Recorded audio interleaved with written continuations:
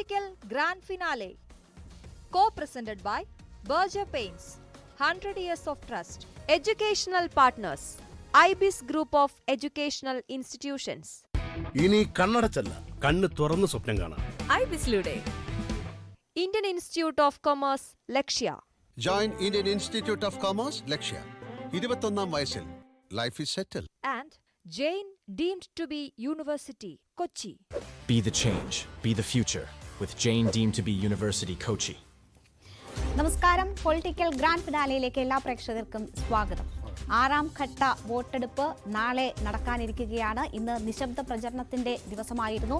6ാം ഘട്ടം എന്ന് പറയുമ്പോൾ ഇനി നാളത്തെ ദിവസം കഴിഞ്ഞാൽ പിന്നെ ഒരു ഘട്ടം മാത്രമാണ് അവശേഷിക്കുന്നത്. അപ്പോൾ അതിൻ്റെ വിശദാംശങ്ങൾ നോക്കാം. ഒപ്പം തന്നെ ജാർഖണ്ഡ് എന്ന സംസ്ഥാനം, അതിൻ്റെ സാഹചര്യങ്ങൾ എന്ത് എന്നത് പരിശോധിക്കുന്നു. ഒപ്പം നരേന്ദ്രമോദി തന്റെ പാകിസ്ഥാൻ സന്ദർശനം, 2015 പാകിസ്ഥാൻ സന്ദർശനം, അത് എന്തിനു വേണ്ടിയുള്ളതായിരുന്നു എന്ന് വിശദീകരിച്ചു. അങ്ങനെ നിരവധി വിഷയങ്ങളുണ്ട് ഇന്ന് തെരഞ്ഞെടുപ്പുമായി ബന്ധപ്പെട്ട്. ഞാൻ എം ജി രേണുക, ഇത് മനു ഭരത്, ഞങ്ങളുടെ ഇലക്ഷൻ അനലിസ്റ്റ്. അപ്പോൾ വിശദമായി പരിശോധിക്കാം. പൊളിറ്റിക്കൽ ഗ്രാൻഡ് ഫിനാലയിലേക്ക് എല്ലാ പ്രേക്ഷകർക്കും സ്വാഗതം.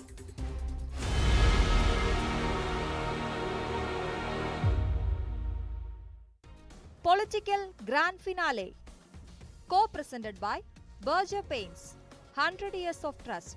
Educational Partners, IBIS Group of Educational Institutions. ഇനി കണ്ണടച്ചല്ല, കണ്ണ് തുറന്ന് സ്വപ്നം കാണാം. IBISലൂടെ Indian Institute of Commerce, ലക്ഷ്യ.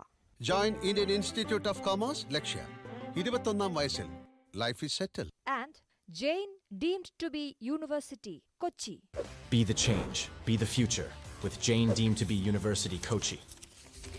6ാം ഘട്ട വോട്ടെടുപ്പ് നാളെയാണ്. 6 സംസ്ഥാനങ്ങളിലെയും 2 കേന്ദ്രഭരണ പ്രദേശങ്ങളിലെയും അടക്കം 58 മണ്ഡലങ്ങളിലാണ് നാളെ വോട്ടെടുപ്പ് നടക്കുന്നത്. ഡൽഹിയിലെയും ഹരിയാനയിലെയും മുഴുവൻ മണ്ഡലങ്ങളും 6ാം ഘട്ടത്തിൽ വിധിയെഴുതും. മനു, ഇന്ന് നിശബ്ദ പ്രചരണത്തിന്റെ ദിവസമായിരുന്നു. നാളെ വോട്ടെടുപ്പിന്റെ ദിവസമാണ്. രാജ്യതലസ്ഥാനം 2 സംസ്ഥാനങ്ങൾ പൂർണ്ണമായും. ഒപ്പം അതിൽ ഡൽഹി എന്നത് വളരെ പ്രധാനം. കെജ്രിവാളിന്റെ ജാമ്യം ലഭിച്ച് അദ്ദേഹം ഇറങ്ങിയതിന് ശേഷം നടക്കുന്ന തെരഞ്ഞെടുപ്പ്. എന്താണ് നമ്മൾ പ്രതീക്ഷിക്കേണ്ടത്? എന്താണ് ഈ 6ാം ഘട്ടത്തിന്റെ പ്രസക്തി?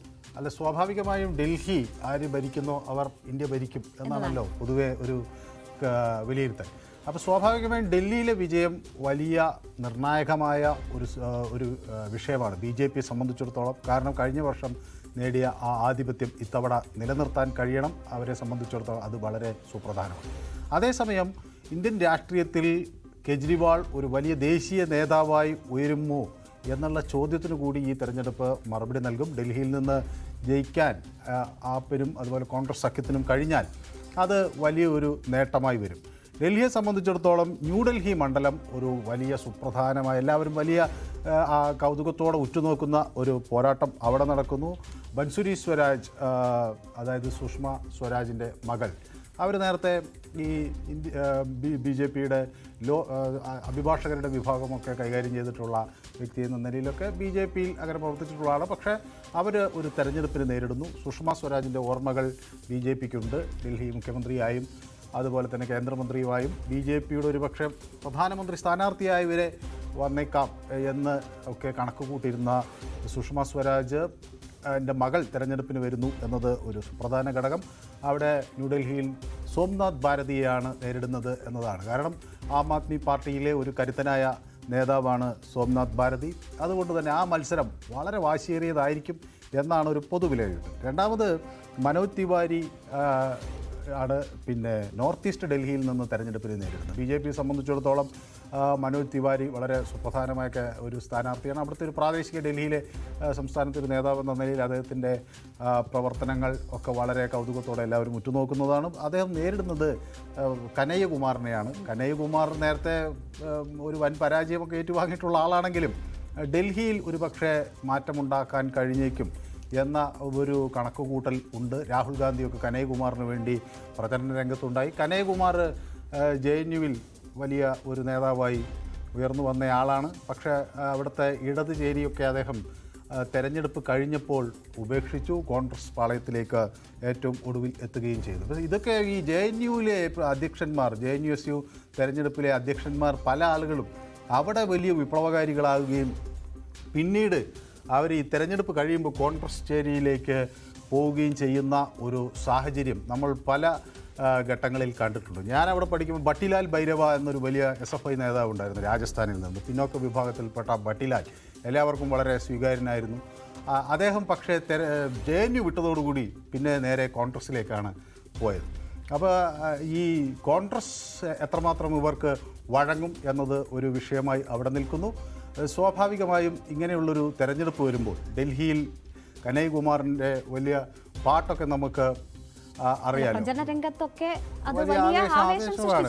അതിപ്പോൾ ഇത്തരം ആവേശങ്ങൾ സൃഷ്ടിക്കാനൊക്കെ കഴിവുള്ള ഒരാളാണ്. അപ്പോൾ ഇത് ആസാദി എന്ന പാട്ട് അത് വലിയ തോതിൽ പോപ്പുലറൊക്കെ ആയിരുന്നു. പക്ഷേ ഡൽഹിയിൽ കൂടി കനയ്യകുമാറിന് എന്ത് ചെയ്യാൻ കഴിയും എന്നതൊരു വലിയ നിർണ്ണയമാണ്. കാരണം കനയ്യകുമാർ അവിടെ കൂടി പരാജയപ്പെട്ടാൽ പിന്നെ അദ്ദേഹത്തിന്റെ രാഷ്ട്രീയ ഭാവി എന്താവും എന്നത് വലിയ ആശങ്കയാണ്. ഡൽഹിയെ സംബന്ധിച്ച് നോക്കുമ്പോൾ അരവിന്ദ് കെജ്രിവാളിന് ഇക്കുറി അവിടെ നിയമസഭയിലേക്കുള്ള തെരഞ്ഞെടുപ്പിൽ നേട്ടമുണ്ടാക്കാൻ കഴിഞ്ഞിട്ടുണ്ടെങ്കിലും ഒരു തവണ പോലും ലോക്സഭയിലേക്ക് അക്കൗണ്ട് തുറക്കാനായിട്ടില്ല എന്നത് AAP സംബന്ധിച്ച് വലിയ വെല്ലുവിളിയാണ്. അപ്പോൾ ഇതിന് ഏറ്റവും ഇരവാദം ഒക്കെ അദ്ദേഹത്തെ സംബന്ധിച്ച് അദ്ദേഹം വേട്ടയാടപ്പെടുന്ന നേതാവ് എന്ന ഒരു ഇമേജ് ഇപ്പോഴുണ്ട്. അവരുടെ പാർട്ടിയുടെ എല്ലാ വിധത്തിലുള്ള പ്രവർത്തനങ്ങളും തടസ്സപ്പെടുത്താൻ ശ്രമം നടക്കുന്നു. തെരഞ്ഞെടുപ്പ് കഴിഞ്ഞാൽ അക്കൗണ്ടുകൾ പൂട്ടുന്നു, ഓഫീസുകൾ പൂട്ടുന്നു, അങ്ങനെ എല്ലാ വിധത്തിലും അവരുടെ പ്രവർത്തനങ്ങൾ വേട്ടയാടപ്പെടുന്നു എന്നൊക്കെ പറയുന്ന ഒരു സാഹചര്യമാണ്. അപ്പോൾ ഇപ്പോൾ പറ്റിയില്ലെങ്കിൽ ഇനി എപ്പോൾ എന്നതൊരു ചോദ്യമാണ്. അത് AAP സംബന്ധിച്ച് വളരെ പ്രധാനപ്പെട്ടതാണ്. അപ്പോൾ അവിടെ ഇന്ത്യ മുന്നണിക്കൊപ്പമാണ് കോൺഗ്രസുമായി അത്തരത്തിൽ സീറ്റ് ഷെയർ ഉൾപ്പെടെയുള്ള കാര്യങ്ങൾ അവർക്ക് സാധ്യമായിട്ടുണ്ട്. അപ്പോൾ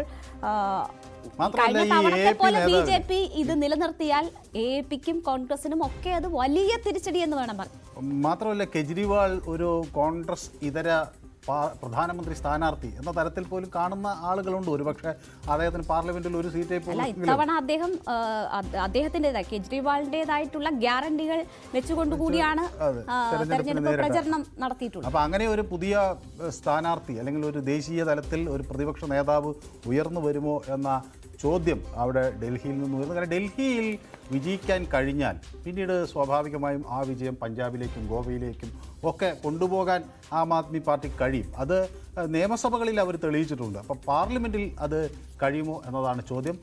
അവിടെ പക്ഷേ ഡൽഹിയിലൊരു വോട്ടിംഗ് പാറ്റേൺ നമ്മൾ നോക്കുമ്പോൾ ഈ ഡൽഹി പ്രാദേശികമായി വോട്ട് ചെയ്യുന്നത് പോലെയല്ല പാർലമെൻറ്റിലേക്ക് വോട്ട് ചെയ്യുന്നത്. കാരണം അവിടെ പാർലമെൻറ്റിലേക്ക് വോട്ട് ചെയ്യുമ്പോൾ BJP കഴിഞ്ഞ പല ഘട്ടങ്ങളിലും വൻ ഭൂരിപക്ഷം നേടുന്ന സാഹചര്യം നമുക്ക് കാണാൻ കുറച്ച് സംസ്ഥാനങ്ങൾ മാത്രമേ ഉള്ളൂ കേന്ദ്രത്തിനൊപ്പം നിൽക്കാൻ ആഗ്രഹിക്കുന്നത് എന്നതാണ് ഒരു വസ്തുത. അല്ലാതെ മിക്ക സംസ്ഥാനങ്ങളെ സംബന്ധിച്ച് നോക്കിയാലും രണ്ട് പാറ്റേണിലുള്ള വോട്ടെടുപ്പ് തന്നെയാണ് നടക്കുന്നത്. പ്രാദേശിക പാർട്ടികൾ പലയിടത്തും ശക്തരായി നിൽക്കുന്നതിന്റെ പ്രധാന കാരണം മാത്രമല്ല ഇതിലൊരു കാര്യം, ഈ കനയ്യകുമാറിനെ പോലുള്ള ആളുകൾക്ക് ഇപ്പോൾ ബീഹാറിൽ ചെന്നിനി എന്തെങ്കിലും ഒരു പ്രവർത്തനം കാഴ്ചവെക്കാൻ കഴിയും, അല്ലെങ്കിൽ വലിയൊരു അദ്ദേഹത്തിന് അങ്ങനെ ഒരു ക്ലൗട്ട് അവിടെ ഉണ്ടാക്കാൻ കഴിഞ്ഞില്ല. ഇപ്പോൾ ബേഗുസരായിലൊക്കെ ചെന്ന് ഗിരിരാജ് സിംഗിനെയൊക്കെ നേരിടുക എന്ന് പറഞ്ഞാൽ അത് വലിയ വെല്ലുവിളിയാണ്.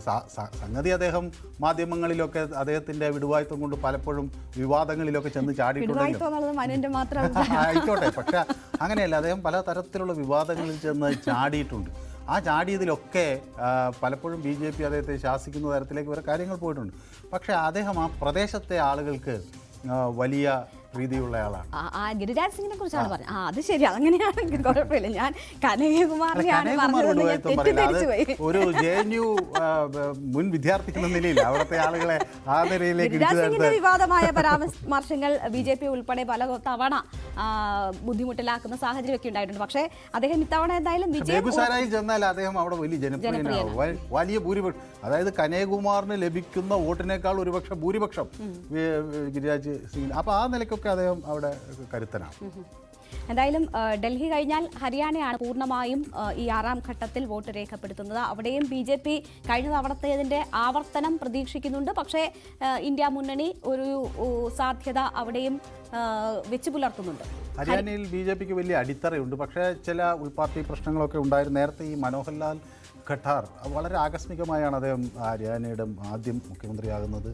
ഒരു മുഴുവൻ ഭരണവിരുദ്ധ വികാരം ഒഴിവാക്കാൻ വേണ്ടിയിട്ടാണ് ഖട്ടാറിനെ മാറ്റിയത് എന്നൊക്കെ പരീക്ഷണം BJP നടത്തിയത്. അത് പക്ഷെ ഖട്ടാറിന് ഒരു ഗുണം എന്താണെന്ന് വെച്ചാൽ ഇദ്ദേഹം മുഴുവൻ സമയ പ്രവർത്തകരായിരുന്നു. ഈ മുഴുവൻ സമയ പ്രവർത്തകരെ സംബന്ധിക്കുമ്പോൾ എന്തൊക്കെ തന്നെ അഴിമതികൾ ആരോപണങ്ങളോ എന്തൊക്കെ വന്നാലും അവരുടെ വീടും കാര്യങ്ങളൊക്കെ ഉപേക്ഷിച്ച് അവിവാഹിതരായി പിന്നെ RSSന് വേണ്ടി ഇറങ്ങിത്തിരിക്കുന്നു എന്നത് അവർക്ക് പ്രവർത്തകരുടെ ഇടയിൽ എപ്പോഴും ഒരു മതിപ്പിന് അടിവരയിടുന്ന ഒരു സാഹചര്യമാണ്. ഇപ്പോൾ പ്രധാനമന്ത്രിക്ക് പോലും അതാണ്. കാരണം ഒരു കുടുംബമില്ലാത്തയാൾ പിന്നെ മോഷ്ടിക്കേണ്ട കാര്യമില്ല എന്നൊക്കെയുള്ള ചിന്തകളും ആ തരത്തിലുള്ള കണക്കുകൂട്ടലുകളും പ്രവർത്തകർക്കിടയിൽ ഉണ്ട്. ഒരുപക്ഷെ പ്രതിപക്ഷം അത് അങ്ങനെ അംഗീകരിക്കില്ല. ഏതായാലും ഇത്തവണ കർണാലിൽ നിന്നാണ് മനോഹർലാൽ ഖട്ടാർ നേരിടുന്നത്. കർണാലിൽ ഖട്ടറിന് രണ്ട് തരത്തിലുള്ള കാരണം സംസ്ഥാനത്തെ തുടർച്ചയായ BJP ഭരണം അതിൻ്റെ വിരുദ്ധമായിട്ടുള്ള വികാരം നേരിടണം. അതോടൊപ്പം തന്നെ കേന്ദ്ര സർക്കാരിനെതിരായ വികാരമുണ്ടെങ്കിൽ അതും നേരിടേണ്ടുന്ന സാഹചര്യമാണ് കർണാലിനെ സംബന്ധിച്ചുള്ളത്.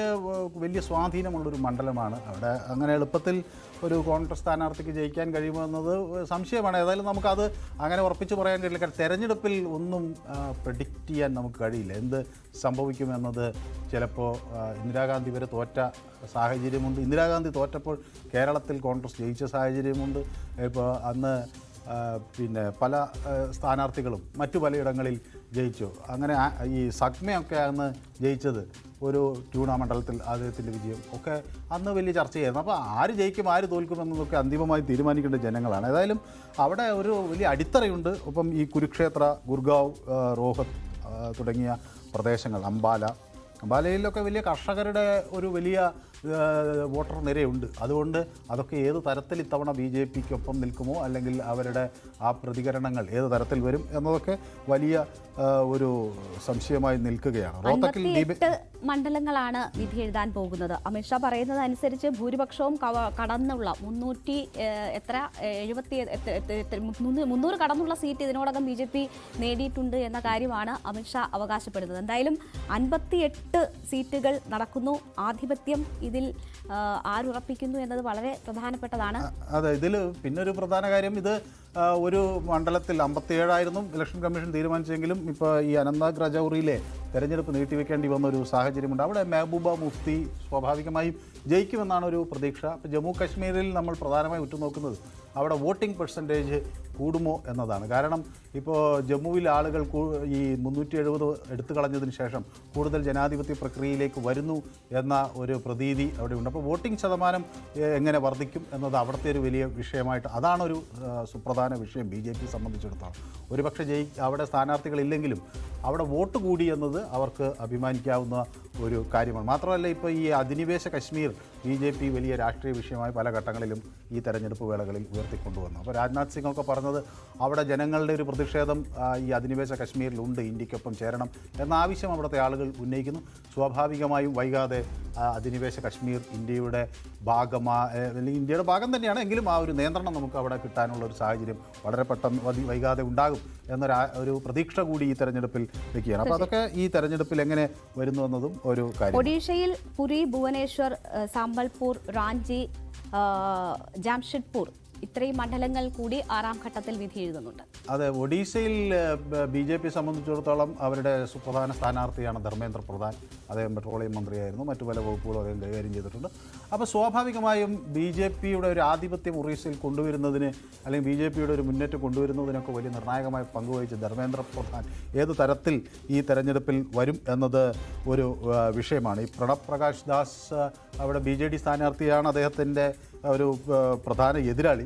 സ്വാഭാവികമായും ആ മത്സരം വളരെയധികം ശ്രദ്ധേയമാണ്. പിന്നെ പുരിയിൽ സാമിത് പത്ര മത്സരിക്കുന്നു. ഏറ്റവും ഒടുവിൽ വിവാദ പരാമർശം നടത്തിയൊക്കെ പെട്ടിരിക്കുന്ന ഈ സമ്പത് പത്ര ഈ ഗിരിജ കിഷോറിനെ മാതിരി പോലെ ഒരു വിവാദങ്ങളിൽ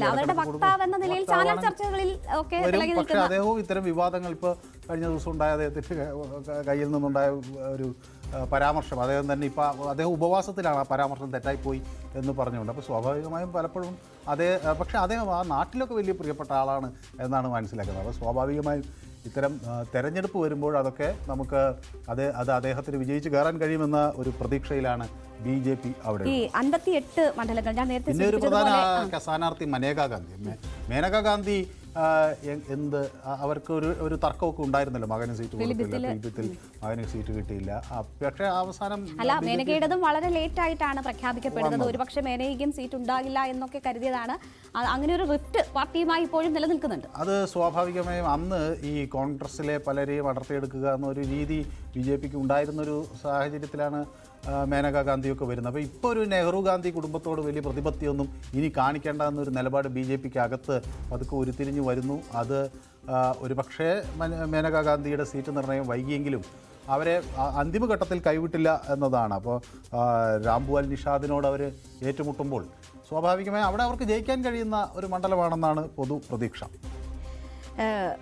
നമ്മൾ ഈ 58 മണ്ഡലങ്ങളുടെ കാര്യം പറഞ്ഞു. അപ്പോൾ അതിൽ മേധാവിത്വം നേടാൻ ഈ മണ്ഡലങ്ങൾ, ഈ കാര്യങ്ങൾ നോക്കുമ്പോൾ ഇന്ത്യ മുന്നണി അവസാന ഘട്ടത്തിലേക്ക് പോകുമ്പോൾ അവരുടെ ആധിപത്യം ഉറപ്പിക്കുമോ? പ്രാദേശിക പാർട്ടികൾ ഒക്കെ മത്സരിക്കുന്ന നിർണായക ഘട്ടം കൂടിയാണ്. അപ്പോൾ ഒരു മേധാവിത്വം ഈ ഘട്ടത്തെ സംബന്ധിച്ച് ആർക്കാണ് കാണാൻ കഴിയും? അല്ല, സ്വാഭാവികമായും ഈ തെരഞ്ഞെടുപ്പിൽ ഏറ്റവും കൂടുതൽ സീറ്റുകൾ ഉത്തർപ്രദേശിൽ നിന്ന് 14 സീറ്റുകളുണ്ട്. സ്വാഭാവികമായും ഉത്തർപ്രദേശ് BJPയുടെ ഒരു വലിയ തട്ടകമാണ് അവർ കാണുന്നത്. ഈ ഉത്തർപ്രദേശിൽ സീറ്റ് കുറയും എന്നൊക്കെ ഇപ്പോൾ ഇന്ത്യ മുന്നണി BJPയുടെ സീറ്റ് കുറയുമെന്നൊക്കെ അവകാശവാദങ്ങൾ ഉന്നയിക്കുന്നുണ്ട്. ആ അവകാശവാദങ്ങൾ ഫലം കണ്ടാൽ അത് BJPക്ക് വലിയ തിരിച്ചടിയാകും എന്ന കാര്യത്തിൽ സംശയമില്ല. കാരണം BJP വിചാരിക്കുന്നത് അവിടെ വലിയൊരു ക്ലീൻ സ്വീപ്പിന് സാധ്യതയുണ്ട് എന്നാണ്. പക്ഷേ ആൾക്കൂട്ടം ഇപ്പോൾ പലപ്പോഴും ഈ അഖിലേഷ് യാദവിനെ കാണാൻ വരുന്നു എന്നതൊക്കെ, നരേന്ദ്രമോദി അത് പൈസ കൊടുത്താണ് ആളുകളെ കൊണ്ടുവരുന്നതെന്നൊക്കെയുള്ള ആക്ഷേപം ഉന്നയിക്കുമ്പോൾ പോലും ആ വിഷയങ്ങൾ BJPയെ സംബന്ധിച്ചിടത്തോളം അവർ വളരെ ഗൗരവത്തോടു കൂടി എടുക്കേണ്ടതാണ്. ഏതായാലും ഈ സുൽത്താൻപൂരിലും പ്രതാപ്ഗഞ്ചിലും ഫുൽപൂരിലും അലഹബാദിലും അംബേദ്കർ നഗറിലും ഒക്കെ ഉള്ള തെരഞ്ഞെടുപ്പുകൾ BJPയെ സംബന്ധിച്ചിടത്തോളം വളരെ വളരെ സുപ്രധാനമായ തെരഞ്ഞെടുപ്പുകൾ തന്നെയാണ്. ശരി, നമുക്ക് അടുത്ത ഘട്ടത്തിലേക്ക് പോകാം. ജാർഖണ്ഡ് നാളെ വിധി എഴുതുന്നുണ്ട്. ജാർഖണ്ഡ് എന്ന സംസ്ഥാനം എന്താണ് അവിടുത്തെ സാഹചര്യം, അത് ആർക്ക് അനുകൂലമാണ് ഇത്തവണ എന്നത് പരിശോധിക്കാം. ജാർഖണ്ഡിൽ ഹേമന്ത് സോറന്റെ അറസ്റ്റ് വലിയ കാര്യമായി തന്നെ ഉയർത്തിക്കാട്ടുന്നുണ്ട്. BJPക്കെതിരെ അത് ആയുധമാക്കുന്നുണ്ട്. ഏതായാലും നാളെ അവിടെ വോട്ടെടുപ്പ് നടക്കുന്ന മണ്ഡലങ്ങൾ ഉൾപ്പെടെയുള്ള കാര്യങ്ങൾ നോക്കാം. ചെറിയൊരു ഇടവേളയ്ക്ക് ശേഷം തിരിച്ചെത്താം.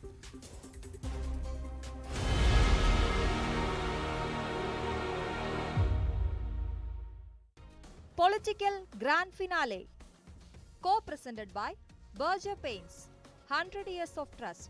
Educational partners, IBIS Group of Educational Institutions.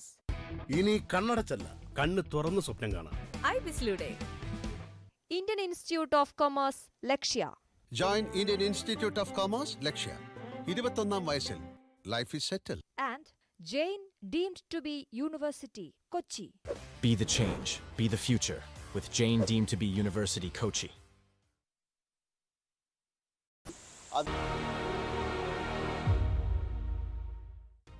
Political Grand Finale, co-presented by Berger Paints, 100 years of trust. Educational partners, IBIS Group of Educational Institutions. ഇനി കണ്ണടച്ചല്ല, കണ്ണ് തുറന്ന് സ്വപ്നം കാണാം. IBISലൂടെ Indian Institute of Commerce, Lakshya. Join Indian Institute of Commerce, ലക്ഷ്യ. 21ാം വയസ്സിൽ life is settle. And Jain deemed to be University, Kochi. Be the change, be the future, with Jain deemed to be University, Kochi. വീണ്ടും സ്വാഗതം. 6ാം ഘട്ടത്തിൽ വോട്ടെടുപ്പ് നടക്കുന്ന സംസ്ഥാനങ്ങളിൽ ഒന്നാണ് ജാർഖണ്ഡ്. സംസ്ഥാനത്തെ 14 സീറ്റുകളിലേക്ക് 4 ഘട്ടമായി വോട്ട് രേഖപ്പെടുത്തുന്ന ജാർഖണ്ഡിൽ 3ാം ഘട്ട വോട്ടെടുപ്പാണ് നാളെ നടക്കുന്നത്. ഗിരിധി, ധൻബാദ്, റാഞ്ചി, ജംഷഡ്പൂർ മണ്ഡലങ്ങളിലാണ് നാളെ വോട്ടെടുപ്പ് നടക്കുന്നത്. ഇനി ഒരു ഘട്ടം കൂടി മാത്രം അവശേഷിക്കുന്നു. മനു, കഴിഞ്ഞ തവണത്തെ തെരഞ്ഞെടുപ്പ് നോക്കിയാൽ, 2019 തെരഞ്ഞെടുപ്പ് നോക്കിയാൽ NDA 12, UPA അന്ന് UPA ആയിരുന്നു, UPA 2 എന്നതായിരുന്നു സാഹചര്യം. JMM 1, കോൺഗ്രസിന് 1. ഇത്തവണ അത് ആവർത്തിക്കാൻ പറ്റുന്ന സാഹചര്യം BJPയെ സംബന്ധിച്ചുണ്ടോ? ആ ലോക്സഭാ തെരഞ്ഞെടുപ്പിന് ശേഷം നടന്ന നിയമസഭാ തെരഞ്ഞെടുപ്പിൽ BJPയെ സംസ്ഥാനത്തെ ജനങ്ങൾ കൈവിട്ട സ്ഥലമാണ്. അപ്പോൾ അവിടെ നിന്നൊരു തിരിച്ചുവരവ് BJPയെ സംബന്ധിച്ച് സാധ്യമാകുമോ? അല്ല, ഈ ജാർഖണ്ഡിൻ്റെയും ഒരു സ്വഭാവം, അവിടെ പ്രാദേശിക ഈ വികാരങ്ങൾ പലപ്പോഴും അസംബ്ലി തെരഞ്ഞെടുപ്പുകളിൽ ബാധിക്കുന്നുണ്ട്. പക്ഷേ ഇവിടെ ഇപ്പോൾ ഇന്ത്യ മുന്നണി വലിയ മുന്നേറ്റം ഈ ഘട്ടത്തിലൊക്കെ ഇനി വരാൻ പോകുന്നു എന്ന് പറയുമ്പോൾ നമ്മൾ ചില മണ്ഡലങ്ങളൊന്ന് ഇവിടെ ശ്രദ്ധിക്കണം. ഇതിലിപ്പോൾ ഹസാരിബാഗ് എന്ന മണ്ഡലം, ജയന്ത് സിൻഹ അവിടെ കഴിഞ്ഞ തവണ BJP സ്ഥാനാർത്ഥി ജയിച്ചത് 4,79,500 വോട്ടുകളുടെ ഭൂരിപക്ഷത്തിലാണ്. അപ്പോൾ ഈ വോട്ടുകൾ ഇത്രയും മറികടക്കാൻ കഴിയണമെങ്കിൽ 5 ലക്ഷം വോട്ട് കോൺഗ്രസിലേക്ക്. കഴിഞ്ഞ തവണ 2019 BJPയുടെ ആകെ വോട്ട് ഷെയർ എന്ന് പറയുന്നത് തന്നെ 51%. അല്ല, ഞാൻ പറയുന്നത് ഓരോ മണ്ഡലങ്ങളിൽ. ഇപ്പോൾ ഇവിടെ ഈ മണ്ഡലത്തിൽ ഇപ്പോൾ പലമാവ് മണ്ഡലം എടുത്തു നോക്കിയാൽ അവിടെ നമുക്ക് അവിടുത്തെ വിഷ്ണുദയാൽ വിഷ്ണുദയാൽ ജയിച്ചത് 4,77,000 വോട്ടിൻ്റെ ഭൂരിപക്ഷത്തിലാണ്. അപ്പോൾ സ്വാഭാവികമായും അത് BJP അവിടെ ഈ കോൺഗ്രസിനെ സംബന്ധിച്ചിടത്തോളം ആ മണ്ഡലം തിരിച്ചുപിടിക്കുക അത്ര എളുപ്പമല്ല. ഇനി നമുക്ക് ഈ ജംഷഡ്പൂർ വളരെ സുപ്രധാനമായൊരു മണ്ഡലമാണ്, മലയാളികൾക്കൊക്കെ അറിയാവുന്നൊരു സ്ഥലം. അവിടെ വിദ്യുത് ബാരൻ മഹന്തോ BJP സ്ഥാനാർത്ഥി ജയിച്ചത് 3 ലക്ഷത്തിലധികം വോട്ടുകൾക്കാണ്, 3,02,000 വോട്ടുകൾക്കാണ്. അത് മറികടക്കാൻ കഴിയുമോ? ഇപ്പോൾ റാഞ്ചിയിൽ പിന്നെ തെരഞ്ഞെടുപ്പ് നടക്കുന്നു. കഴിഞ്ഞ തവണത്തെ സ്ഥാനാർത്ഥി തന്നെ സഞ്ജയ് സേത്ത് ഇത്തവണ മത്സരത്തിൽ രംഗത്തുണ്ട്. അദ്ദേഹം കഴിഞ്ഞ തവണ നേടിയ ഭൂരിപക്ഷമാണ് ഞാൻ പറയുന്നത് 2,83,000 വോട്ടിൻ്റെ ഭൂരിപക്ഷത്തിലാണ്. ധൻബാദ് മണ്ഡലത്തിൽ നോക്കൂ, 4,86,000 വോട്ടിൻ്റെ ഭൂരിപക്ഷത്തിലാണ് ധൻബാദിൽ അവിടെ ജയിച്ചിട്ടുള്ളത്. പിന്നെ കൊഡർമ മണ്ഡലത്തിൽ അവിടെ അനുപമ ദേവി യാദവ് കഴിഞ്ഞ തവണ ജയിച്ചത് 4,55,000 വോട്ടിൻ്റെ ഭൂരിപക്ഷത്തിലാണ്. ഛാത്രയിൽ 3,77,000, ഗോദയിൽ 1,84,000 വോട്ടിൻ്റെ ഭൂരിപക്ഷം. അപ്പോൾ ഈ ഇത്രയും മണ്ഡലങ്ങൾ, ഞാൻ പറയുന്നത് ഈ 5-6 മണ്ഡലങ്ങൾ തന്നെ അതിജീവിക്കണമെങ്കിൽ ഒരു 3-4 ലക്ഷം വോട്ടുകൾ അധികമായി കിട്ടിയാൽ മാത്രമേ അവിടെ ഇന്ത്യ മുന്നണി സഖ്യത്തിന് മുന്നേറാൻ കഴിയൂ എന്നതാണ് അവിടുത്തെ ഒരു വലിയ സാഹചര്യം. പിന്നെ കോൺഗ്രസ്സിന് കഴിഞ്ഞ തവണ ആശ്വാസമായിരുന്നത് അവിടെ നിന്ന് ഈ മധു കോടയുടെ ഭാര്യ ജയിച്ചു എന്നതാണ്. സിഗ്ബുങ് മണ്ഡലത്തിൽ നിന്ന് മധു കോടയുടെ ഭാര്യ ഗീത കോട വിജയിച്ചു. പക്ഷേ ഗീത കോട അവസാനം ആ പാളയം വിട്ട് അവർ കോൺഗ്രസ്സിലേക്ക് വന്നു, BJPയിലേക്ക് വന്നു, കോൺഗ്രസ്സിൽ നിന്ന് BJPയിലേക്ക് വന്നു. മറ്റൊരു പ്രധാന വെല്ലുവിളി കൂടി ഇപ്പോൾ ഈ ഹേമന്ത് സോറൻ നേരിടുന്നുണ്ട്. ഷിബു സോറൻ്റെ മൂത്ത മകൻ ദുർഗാ സരൻ്റെ ഭാര്യ സീതാ സരൻ അവർ ജയമം വിട്ട് BJPയിലേക്ക് പോയി. അപ്പോൾ അതൊക്കെ ഒരു ഗുണകരമായ ഒരു ഫാക്ടറായി അവിടെ മുന്നിൽ. പക്ഷേ ഇപ്പോൾ ഡൽഹിയിലെ സാഹചര്യം എങ്ങനെയാണോ അതുപോലെ തന്നെയാണ് ഇവിടെ ജാർഖണ്ഡിലെ സാഹചര്യവും നമ്മൾ കാണേണ്ടത്. അവിടുത്തെ മുഖ്യമന്ത്രിയെ വേട്ടയാടുന്നു കേന്ദ്ര ഏജൻസികളെ ഉപയോഗിച്ച് എന്ന ഒരു വികാരമാണ് അവിടെ ഉള്ളത്. ആ നിലയിൽ ഇപ്പോൾ കേജ്രിവാളിനെ സംബന്ധിച്ചാണെങ്കിൽ അദ്ദേഹം ആ ഘട്ടത്തിലെങ്കിലും, ഈ തെരഞ്ഞെടുപ്പ് നടക്കുന്ന ഘട്ടത്തിലെങ്കിലും ജയിൽ മോചിതനായി എന്ന ഒരു സാഹചര്യമുണ്ട്. ജാമ്യം ലഭിച്ചു അദ്ദേഹത്തിന്. പക്ഷേ ആ നീതി പോലും ഹേമന്ത് സോറിന് കിട്ടുന്നില്ല എന്നതാണ് അവിടുത്തെ ഉയർത്തിപ്പിടിച്ചാണ് പ്രധാനമായും പ്രചാരണം നടക്കുന്നത്. അവർ അവിടെ വലിയ രീതിയിൽ അവർക്കൊരു സാന്നിധ്യമാകാനും കഴിയുന്നുണ്ട്. അവിടെ സാഹചര്യങ്ങൾ നോക്കണം. ഈ ട്രൈബൽ വോട്ടുകളൊക്കെ വളരെ നിർണായകമായ പ്രാദേശികമായ അത്തരം വികാരങ്ങളൊക്കെ ഉള്ള ഇടത്താണ് കേന്ദ്ര സേനകൾ അല്ലെങ്കിൽ കേന്ദ്ര ഏജൻസികൾ അവരുടെ മുഖ്യമന്ത്രിയെ തന്നെ വേട്ടയാടുന്നു എന്നൊരു ഫീലിംഗ് ജനങ്ങളിൽ ഉണ്ടാകുന്നു. ജാർഖണ്ഡിൽ ഒരു പ്രധാനമായും കുറേ ഫാക്ടേഴ്സ്. ഒന്ന്, ജാർഖണ്ഡിലെ പ്രധാന താരപ്രചാരകൻ നരേന്ദ്രമോദിയാണ്. അതിനപ്പുറത്തേക്ക് അവിടെ ഒരു താരപ്രചാരകനാകാൻ ഈ ഹേമന്ത് സോറനോ ഷിബു സോറനോ കഴിഞ്ഞിട്ടില്ല. മാത്രമല്ല കൂടുതൽ സീറ്റുകളിൽ മത്സരിക്കുന്നത് കോൺഗ്രസ്സാണ്. മറ്റൊരു പ്രധാന കാര്യം, ഹേമന്ത് സോറൻ്റെ അറസ്റ്റ് ഒരു ഇരവാദം ജയമം ഉന്നയിക്കുന്നു. അതേസമയം അദ്ദേഹത്തിൻ്റെ കുടുംബത്തിലെ ആളുകൾ തന്നെ തള്ളിപ്പറഞ്ഞ് പുറത്തേക്ക് വരുന്നു. സീതാ സോറനെ പോലുള്ളവർ, അവരുടെ മക്കൾ ഒക്കെ പുറത്തേക്ക് വരുന്ന ഒരു സാഹചര്യത്തിൽ അത് ഏത് തരത്തിലുള്ളൊരു പ്രതികരണം ഉണ്ടാക്കും എന്ന് നമ്മൾ നോക്കേണ്ടതാണ്. അഴിമതിയാണ് ആരോപണം. അറസ്റ്റ് ഉണ്ടായി ജനുവരി 31-ന്. അപ്പോൾ സ്വാഭാവികമായും ഈ ഭൂമി തട്ടിപ്പ് കേസും അതുപോലെ ഈ കള്ളപ്പണക്ക് ഇടപാടും ഇത് രണ്ടും അവിടുത്തെ ഒരു പ്രധാന വിഷയമാണ്. അഴിമതി, സർക്കാരിൻ്റെ അഴിമതി വലിയ തോതിൽ ചർച്ചയായിരുന്നു. ഇപ്പോൾ പൂജ സിംഗാലിനെ പോലെ അല്ലെങ്കിൽ ചാൽവി രഞ്ജനെ പോലുള്ള IAS ഉദ്യോഗസ്ഥരുടെ അഴിമതിയെ സംബന്ധിച്ചുള്ള വലിയ വാർത്തകൾ ഒരിടത്ത് വന്നു. പിന്നെ അനധികൃത ഖനനം അത് ഉയർത്തിക്കൊണ്ടുള്ള ഇഷ്യൂസ് അവിടെ ഉണ്ടായി. പിന്നെ ഈ ഭൂമി ഇടപാടുകൾ വലിയ തോതിൽ തട്ടിപ്പ് നടന്നതിനെ സംബന്ധിച്ചൊരു പ്രശ്നമുണ്ടായി. ഒപ്പം ജാർഖണ്ഡിലുണ്ടായ മറ്റൊരു പ്രധാന വിഷയം അവിടുത്തെ നീതി നിർവഹണ സംവിധാനം തകർന്നു എന്നതാണ്. അതൊരു നിസാര സംഭവമാ പോലല്ല. അപ്പോൾ അവിടെ ഉണ്ടായ സംഭവം എന്തെന്ന് വെച്ചാൽ, ഒരു വിദേശ വനിത അവരുടെ ഭർത്താവ് ഒന്നിച്ച് ബൈക്കിൽ യാത്ര ചെയ്തുകൊണ്ടിരിക്കുമ്പോൾ ഒരു സംഘം ആളുകൾ അവരെ തട്ടിക്കൊണ്ടുപോയി അതിക്രൂരമായി ബലാത്സംഗം ചെയ്യുന്നു. അങ്ങനെയൊക്കെ ഉള്ള സംഭവങ്ങൾ അവരവിടെ ഉപേക്ഷിക്കുന്നു. പോലീസ് എത്തി കൊണ്ടുപോകേണ്ട ഒരു സാഹചര്യം ഉണ്ടാകുന്നു. അതുപോലെ തന്നെ CPM നേതാവായ സുഭാഷ് മുണ്ടയുടെ മരണം, അവരെ കൊല ചെയ്യപ്പെടുന്നു. അതുപോലെ ഈ കൊള്ള, അതുപോലെ ആളുകളിൽ നിന്ന് കൽക്കരിയും മറ്റു ഒക്കെ ആ മേഖലയിലുള്ള ആളുകളിൽ നിന്ന് വലിയ തോതിൽ പണം അപഹരിക്കാനുള്ള നീക്കം നടക്കുന്നു. അത് ഒരു പ്രധാന വിഷയമാണ്. മറ്റൊരു വിഷയം, അവിടുത്തെ പ്രധാനപ്പെട്ട ഒരു വിഷയമായി വരുന്നത് ഈ തൊഴിലില്ലായ്മ എന്നതാണ്. അപ്പോൾ തൊഴിലില്ലായ്മ പരിഹരിക്കുക എന്നുള്ളത് രാജ്യത്തെമ്പാടും ഏറ്റവും പ്രധാന പക്ഷേ വിഷയങ്ങളിലൊന്നാണ്. ജാർഖണ്ഡിൽ നിന്ന് ഉള്ളൊരു വിഷയം എന്താണെന്ന് വെച്ചാൽ അവിടുന്ന് മറ്റുള്ളയിടത്ത് പോലെയല്ല, ആളുകൾ കൂട്ടമായി സംസ്ഥാനം വിടുന്നു എന്ന ഒരു വലിയ വിഷയം അവിടെ നിൽക്കുന്നു. പിന്നെ അതുപോലെ ഈ മനുഷ്യക്കടത്ത് ജാർഖണ്ഡുമായി ബന്ധപ്പെട്ട് കേൾക്കുന്ന ഒരു വലിയ വാക്കാണ് സ്ത്രീകളെ അവിടുന്ന് കടത്തിക്കൊണ്ടുപോകുന്നു. അതൊരു പ്രശ്നമാണ്. അപ്പോൾ നിലവിലെ സർക്കാരിൻ്റെ ഒരു വികാരം ഇതൊക്കെ എങ്ങനെ പരിണമിക്കും എന്നത് നമുക്ക് നോക്കിക്കാണുന്നുണ്ട്. അതേസമയം JMMന് കുറച്ച് നേട്ടങ്ങൾ ഉണ്ടായിട്ടുണ്ട്. പ്രത്യേകിച്ച് അവിടുത്തെ ഒരു സർണ റിലീജിയസ് കോഡ്, അത് അവിടുത്തെ ഒരു പ്രാദേശികമായ അതൊരു മതം ആയി പ്രഖ്യാപിക്കണമെന്നുള്ള ആവശ്യം അവർ ഉന്നയിക്കുന്നുണ്ട്. അതിന് ഒരു വലിയ പിന്തുണ അവിടെ ഉണ്ട്. അത് ഈ 2020 ഒരു റെസൊല്യൂഷനായി ഇത് പാസ്സായതാണ്. അത് രാഷ്ട്രപതിക്ക് അത് നടപ്പിലാക്കണമെന്ന് ആവശ്യപ്പെട്ടുകൊണ്ടുള്ള കത്തും ഒക്കെ നൽകിയിട്ടുണ്ട്. അപ്പോൾ അവിടുത്തെ ഈ സർണ വിഭാഗത്തിൽപ്പെട്ട ആളുകൾക്ക് ഒരു പ്രത്യേക മതം നൽകുക എന്നത് അവിടെ ഒരു വലിയ വിഷയമായി വരുന്നു.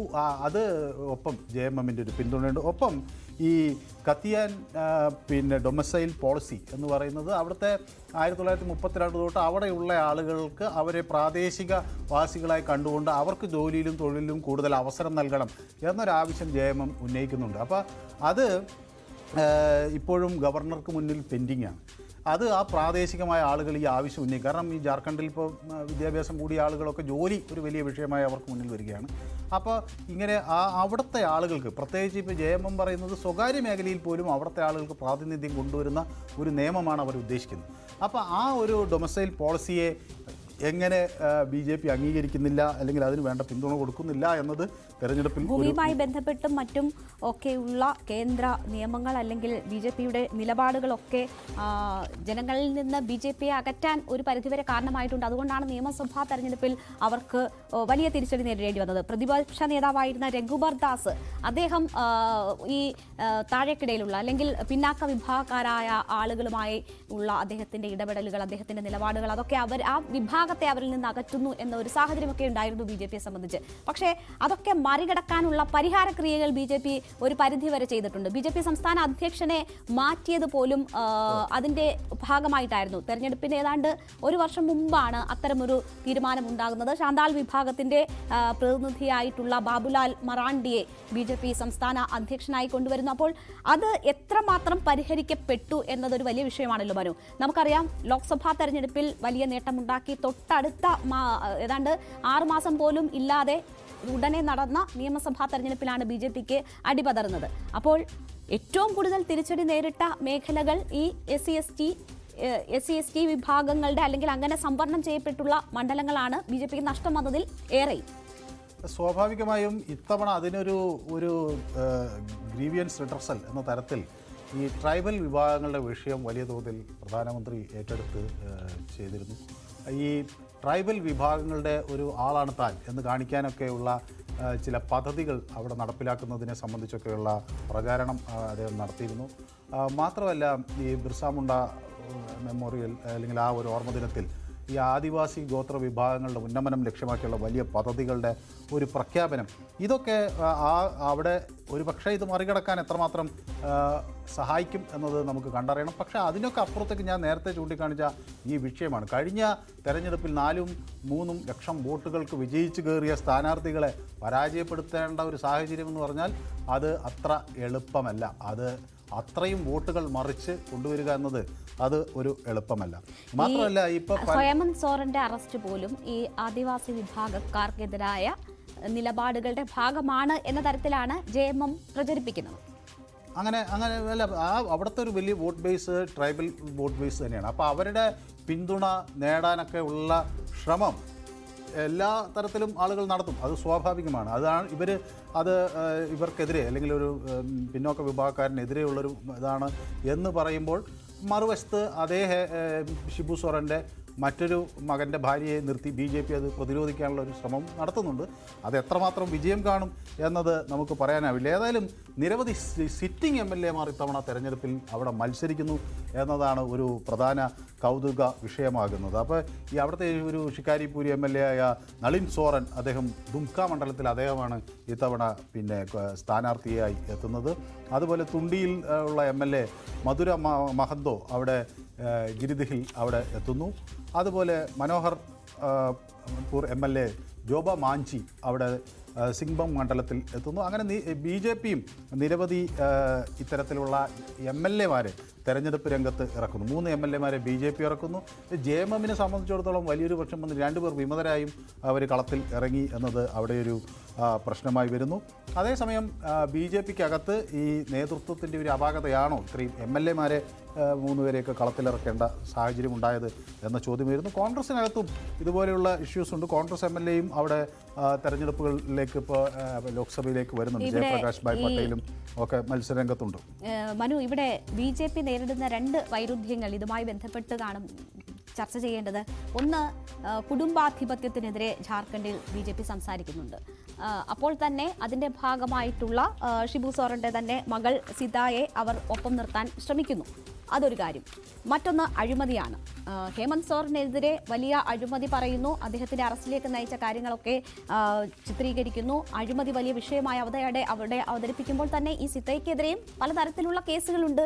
അതും അഴിമതിയുമായി ബന്ധപ്പെട്ട് തന്നെയാണ്. അപ്പോൾ അതെങ്ങനെയാണ് BJPയെ സംബന്ധിച്ചത് ന്യായീകരിക്കുക, ജനങ്ങളെ ബോധ്യപ്പെടുത്താൻ കഴിയുക? അല്ല, അവർക്കും ഇത് അഴിമതി എന്ന് പറയുമ്പോൾ തന്നെ അത് രേണു ചൂണ്ടിക്കാണിച്ച വളരെ സുപ്രധാനമായ കാര്യമാണ്. ഈ ക്യാഷ് ഫോർ വോട്ട് എന്ന ഒരു അഴിമതി അവർക്ക് മുന്നിൽ ഉണ്ടായിരുന്നു. പക്ഷേ ആ അഴിമതി അതുപോലെ തന്നെ ഈ സ്വതന്ത്ര സ്ഥാനാർത്ഥിയിൽ നിന്ന് പണം പറ്റി എന്നൊക്കെ പറഞ്ഞ് ഒക്കെയുള്ള തന്ത്രങ്ങൾ അല്ലെങ്കിൽ ഒക്കെയുള്ള ആരോപണങ്ങളൊക്കെ നേരിടുന്നവരാണ് അവരും. അപ്പോൾ രണ്ടുപേരും അഴിമതി ഈ ആരോപണങ്ങൾ നേരിടുന്നവരാണ്. ഇതിൽ അന്തിമമായി ജനങ്ങൾ ആർക്കൊപ്പം നിൽക്കുക, ഏതായാലും ഈ ജമ്മ ദുംക ബാർബേത്തൊക്കെ തുടങ്ങിയ പ്രദേശങ്ങളിലൊക്കെയുള്ള ആ ഒരു ആധിപത്യം ആർക്ക് കിട്ടും എന്നത് ഒരുപക്ഷെ ഈ വിഷയത്തിൽ ജനങ്ങൾ എടുക്കുന്ന തീരുമാനത്തിലൂടെ പ്രതിഫലിക്കും. ഹേമന്ത് സോറന്റെ അറസ്റ്റിന് ശേഷം JMMനെ സംബന്ധിച്ച് കൽപ്പന സോറൻ ഒരു പക്ഷേ മുഖ്യമന്ത്രിയായേക്കും എന്ന സാഹചര്യങ്ങളുണ്ടായിരുന്നു. ഒരു പരിധിവരെ ചർച്ചകൾ അങ്ങനെ പോയതാണ്. പക്ഷേ ആഭ്യന്തരമായി പാർട്ടിക്കുള്ളിലുള്ള പ്രശ്നങ്ങൾ മൂലമാണ് അത് ഒഴിവായത്. പക്ഷേ അതിനുശേഷവും അവർ ലോക്സഭാ സ്ഥാനാർത്ഥിയാകുന്നു. അവിടെ വലിയ രീതിയിൽ ഈ സാഹചര്യത്തെ വലിയ രീതിയിൽ ഉപയോഗപ്പെടുത്താനും അവരുടെ പ്രതിച്ഛായ വർദ്ധിപ്പിക്കാനും ഒക്കെ കഴിഞ്ഞ സാഹചര്യമുണ്ട്. JMM ഒറ്റക്കെട്ടായാണ് ഈ തെരഞ്ഞെടുപ്പിനെ നേരിടുന്നത് എന്ന് നമുക്ക് പറയാൻ കഴിയുമോ? കൽപ്പന സോറന്റെ വളർച്ചയിൽ അവർക്കുള്ളിൽ തന്നെ പ്രശ്നങ്ങൾ നിലനിൽക്കുന്നുണ്ടോ? അല്ല, അവരെ മറുവിഭാഗം അവരുടേത് മുതലക്കണ്ണീരാണ് എന്ന് പറഞ്ഞുകൊണ്ട് സീതാ സോറൻ എത്തി. അവർ പിന്നെ ഇപ്പം നടത്തുന്നത് ഒരു മുതലക്കണ്ണീരാണ്.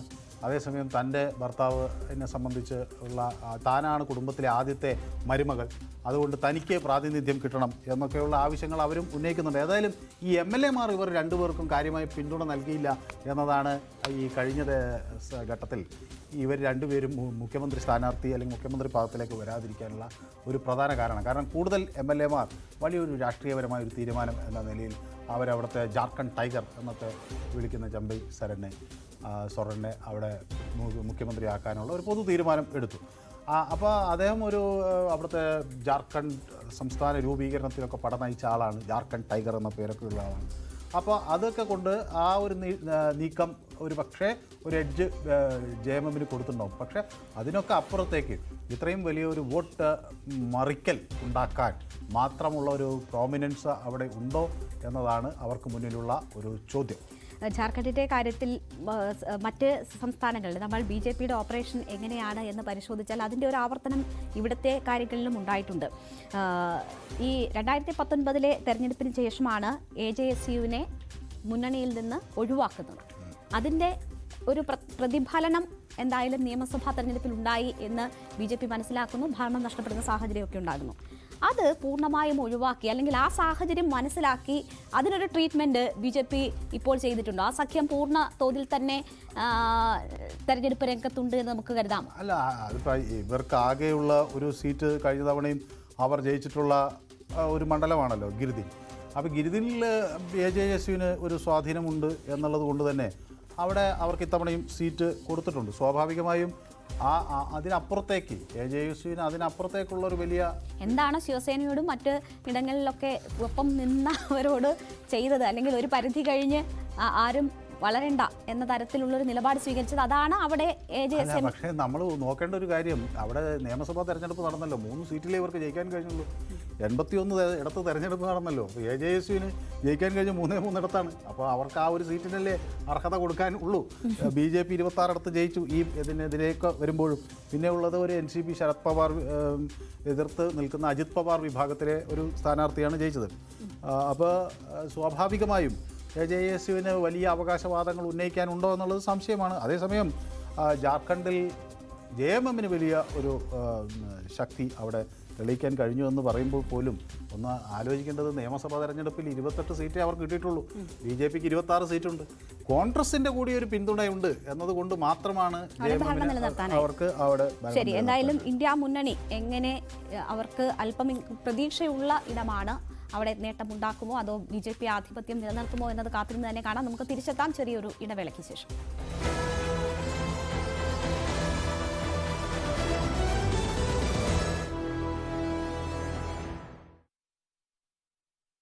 വന്നിട്ടില്ല.